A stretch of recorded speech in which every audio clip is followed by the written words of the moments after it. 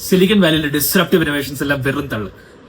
Real corporate action was in Trivandrum May 27 ഒരു routine IT ഓഡിറ്റിന് വേണ്ടി സെൻട്രൽ ഗവൺമെന്റ് ഏജൻസീസും ആംഡ് ആയിട്ടുള്ള പാരാമിലിറ്ററി ഫോഴ്സസിനേക്ക് ഇറക്കേണ്ടി വരിക. Welcome to the post election scenes of former CM Pinarayi Vijayan. കാലാകാലങ്ങളായി ക്യാപിറ്റലിസ്റ്റിനെതിരെ ക്ലാസ് എടുക്കുന്ന നമ്മുടെ സഖാക്കൾക്ക് ആക്ച്വലി മുതലാളിമാരെ വലിയ ഇഷ്ടമാണ്. Provided those big fat corporate cheques go straight into മകളുടെ IT കമ്പനി. ഒരു സിംഗിൾ ലൈൻ ഓഫ് കോഡ് പോലും എഴുതാതെ, ഒരു ഇമെയിൽ പോലും അയക്കാതെ മകളുടെ IT കമ്പനി CMRL നേടിയത് was 2.78 crores. What a revolutionary idea. പണിയൊന്നും ചെയ്യാതെ കോടികൾ വാങ്ങാം. True Marxist efficiency. പക്ഷെ കളി മാറി. CMRL ഓഡിറ്റ് ബുക്സ് ഒക്കെ കുത്തിപ്പൊക്കിയപ്പോൾ കണ്ടത് 182 കോടിയുടെ ഫേക്ക് കോർപ്പറേറ്റ് എക്സ്പെൻസസ് ആണ്. ഇതോടെ ന്യായീകരണ കമ്മിറ്റിയുടെ ഷോർട്ട് സർക്യൂട്ട് പോയി. ഇതെല്ലാം കഴിഞ്ഞപ്പോൾ നമ്മുടെ പഴയ ക്യാപ്റ്റൻ മീഡിയയ്ക്ക് മുന്നിൽ നിന്ന് പറഞ്ഞെന്താ, ഈ റെയ്ഡൊക്കെ രാഹുൽ ഗാന്ധിയുടെ ഒരു മെന്റൽ സാറ്റിസ്ഫാക്ഷന് വേണ്ടിയിട്ടാണ്.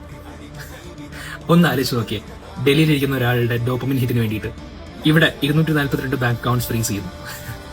What a logic. എക്സ് ലോജിക്. ഇലക്ഷനും പോയി. ഇന്ത്യയിൽ ഇപ്പൊ ഭരിക്കാൻ സംസ്ഥാനങ്ങളൊന്നും ഇല്ലാതായതോടെ ഈ വിപ്ലവ പാർട്ടി ഒരു കോർപ്പറേറ്റ് കൺസൾട്ടൻസിയെ മാറിയിരിക്കുകയാണ്. ബൈ ദ വേ, ആ കല്ലെറിഞ്ഞ സഖാക്കൾക്കെതിരെ വധശ്രമത്തിന് കേസെടുത്തു എന്നാണ് കേട്ടത്.